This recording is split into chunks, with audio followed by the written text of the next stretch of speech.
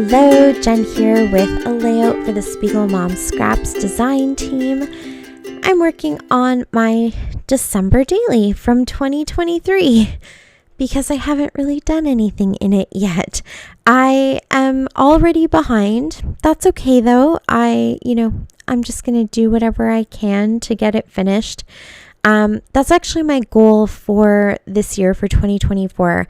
I'm going to work on getting all of my little mini albums and December dailies finished up. I don't actually have many December dailies that aren't finished.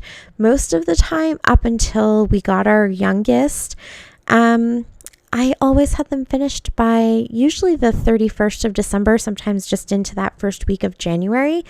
But ever since having our little guy, it's been harder. So these past few years, I am definitely falling behind, but that's okay. I kind of enjoy working on them all year round and doing a little bit of Christmas all year round. And you will probably be seeing them at least once a month all through this year, because that is my goal for 2024. So I plan to get all of those December dailies finished. Most of them have pictures and kind of have, base pages in varying levels of finishedness, completedness. But I also want to get some of my other mini albums finished up too. I have a lot of mini albums done and they just need the photos. So that's definitely part of my list of goals for 2024 is to get those done. Get all this product used up, finish off some of the packages I have, and just put a really good dent in my stash. And so, yes, that is the plan. So I'm okay that I have not done a lot of work for this one. I do have most of my pictures organized for the month and, sort of planned out so I roughly know what every day is going to be, but I still do need to print off all of those pictures. I've definitely been running behind with that because I'm drowning in photos. So I haven't really run out to the point where I needed to go and print off a whole bunch to kind of get me through or anything like that. So, yes. So I am working on the November portion of my December daily. And I just realized how weird that sounds. But because my December daily is so heavily focused on Christmas events, I always like to keep a section of it at the beginning that's dedicated to all of those Christmassy things that we do in November. And I don't know, I think that is probably like a Canadian thing. I don't know about other parts of the world. I don't think in the US that you guys necessarily have a ton of Christmassy events that happen before Thanksgiving. So you probably don't do a lot of extra stuff in November. And I think here a lot of the stuff that we do is just because our Thanksgiving is a lot earlier and it starts to get really cold out. Not this year, but most years we start to get lots more snow and the temperature really drops. And so it's nice to get some of those things that are more outdoor things done a little bit earlier rather than later into December. So we do have a bunch of November events that happen, Christmas markets, especially the outdoors ones, light up festivals, the Santa Claus parades, those types of things. And so I like to make sure that my albums kind of include a little bit of that Christmassy stuff that happens in November, just so that can be part of the documentation for all of the Christmas events. So that's what I'm going to work on here. And I really like that the Snap album comes with the dividers because that just makes a really kind of like logical separation, I guess you could say, between the November stuff and then the December stuff that will come afterwards. So I have a few pages of November-y things. We've got going to get Christmas stuff in up in the mountains. We usually take a trip and go find some gorgeous evergreens that we can collect some of the boughs and stuff that have fallen. So we usually end up driving into the mountains to go to do that. oftentimes we get our Christmas tree up there too. We didn't this year, but we definitely did do a trip where we just kind of searched around to try to find some stuff that I could decorate the front porch with and put into my Christmas wreath and that kind of thing. So we had a little bit of that real live greenery in the house since we didn't have a real tree this year. So that's what I'm going to work on for here, but I probably will have a few pages. We even do our Santa photos in November, so I somehow like to document that as well.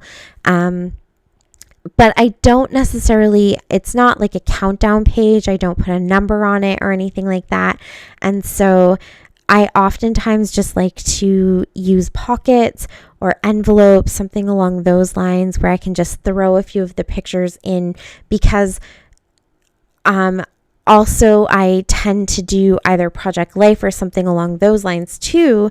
And so obviously all of these pictures I also want to document as November events. And so I don't need to have them documented over and over again. So I just do a few pictures here and then a few pictures back in November where they're supposed to be. So little pockets make a really kind of easy fun way to store these little pictures. So that is what I kind of went to as my go-to design, and I thought it would be really fun to create a little clear pocket like this filled with all of those gorgeous little sequins. So it's kind of like a shaker pocket, but it's just sandwiched between some folded acetate.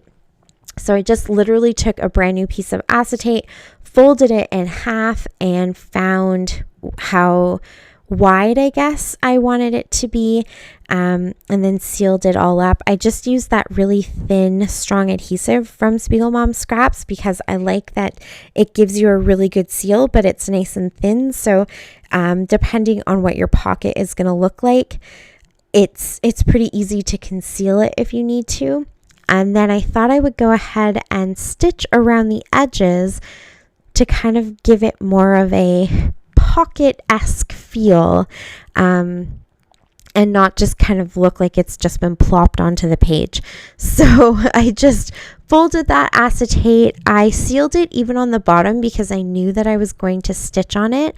And so I just wanted to make sure that that seal was really strong. That way I didn't accidentally make a hole when I was stitching that's too big and have any of the sequins leak out or anything like that.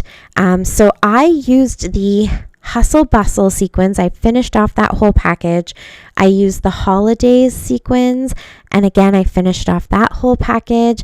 Then I threw in some of those gorgeous teeny tiny little gold starbursts and the silver starburst, and then some faux snow.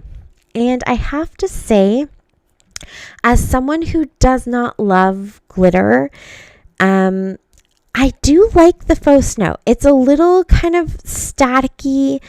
If you don't love things kind of sticking to your finger a little bit with the static, it's about the same as sequins. So if you don't like that, you might want to have an anti-static tool just hanging out beside you. But I do like that it's much, much thicker and chunkier than glitter. So even if you spill a little bit, it's super easy to clean up. You're not going to be finding it for years and years after your project or anything like that. And it really has that kind of pretty snowy look to it. So I actually really love how it works in these little shaker pockets. I've used it several times now, including on my 2022 album cover, that little shaker pocket that I created. I actually finished the mix that I had used in there. I kind of mixed it all up, and then I had to experiment a little bit with how much the pocket actually needed in it so that you weren't going to lose any of the little houses or the dimension that I added. So I just took it all out rather than trying to do one little package of sequins at a time so nothing mixed up. I let it all mix together with that faux snow, and I've sort of just been picking away at it. I kept the excess just sitting on my desk, and this was the perfect place to go ahead and use it all up, whatever was left over. So I threw that into there and then sealed it all up really, really nicely and did my little stitching, which I love. It's just a really nice detail. I didn't want to stitch right through the page because I wasn't sure what I might want to do on the back of this page. And so I thought, just to be on the safe side, I'll go ahead and just stitch around the pocket itself. And it's, it's already sealed because of the adhesive, so I'm not relying on the stitching to actually seal the pocket. I'm not the kind of person that has the confidence to do that. I know there's lots of people who hand stitch and would just seal it like that, and I think that that's fantastic. I was worried though that because this is a harder material, the acetate, that if I didn't pull hard enough, it wouldn't kind of be stuck down. It wouldn't be really kind of sealed nice and solid. But I also worried that if I was pulling too hard, or if I ended up with a couple of holes a little bit too close to each other, then I might pull through 2 holes. So I just thought it would be much, much better and much safer if I went ahead and sealed it all up. You could definitely run it through your machine. It's thick, but I'm not sure that it's too thick to run through a machine if you wanted to do that. So there's lots of ways that you could go ahead and seal it if you wanted to seal it in a different way. Even just using wet adhesive, you could definitely do that too. And I used the wet adhesive on the back. So you saw that I put down the dry adhesive, just that same thin strip of the tearaway adhesive. Then I also added some wet adhesive just to make sure that I was kind of maximizing the surface area in that little section where I needed it to adhere to the paper. So that just kind of, reassured me that if it didn't fully stick down with the dry adhesive, then that's when the wet glue will kind of fill in some of those gaps and just make sure it's a really nice strong seal. And I think it looks super cute. I did accidentally stick it right down to the page when I was trying to put that little top on. I was just trying to think of like a nice way to make the pocket look more finished and have a nice smooth top so that the pictures would kind of slide in really nicely rather than that raw edge. And I didn't necessarily want to just sew around the top. So I kind of feel like folding that little piece over just makes it look like a nice clean edge. It brings a little bit more of that gold. That is paper from the Ellie Edwards pack, like the main kit for the December daily. And then I popped into the kit as well to pull out a few things to go ahead and embellish. So it came with those really fun little acetate. They're sort of like half tags. They're not very long. And some of them have gold foil, some of them don't. Some of them are just sort of like a solid color, and others have words and stuff. There were a whole bunch of them. So I grabbed out 2 of those, and then this little acetate star, again with the gold. I used some gold washi tape that I had in my stash to kind of cover up where my adhesive was, so you can't see the seams that I have that kind of seal that pocket and hold it all together. And then I just embellished with some of the embellishments from the kit. So some of those acetate tags, I think they're so pretty. They're just the perfect size, so they don't actually cover up too much of my pocket. And they kind of have that like acetate translucence to them. They're not actually see-through, but they sort of give that impression, which I think is really nice. So I've got that one that says Winter Wonderland, and then this green one here where I'm tying my little strings to the top. It's so gorgeous in that super, super dark green. along with the dark green of the little word, or I guess it's phrase, but the little phrase that I added there.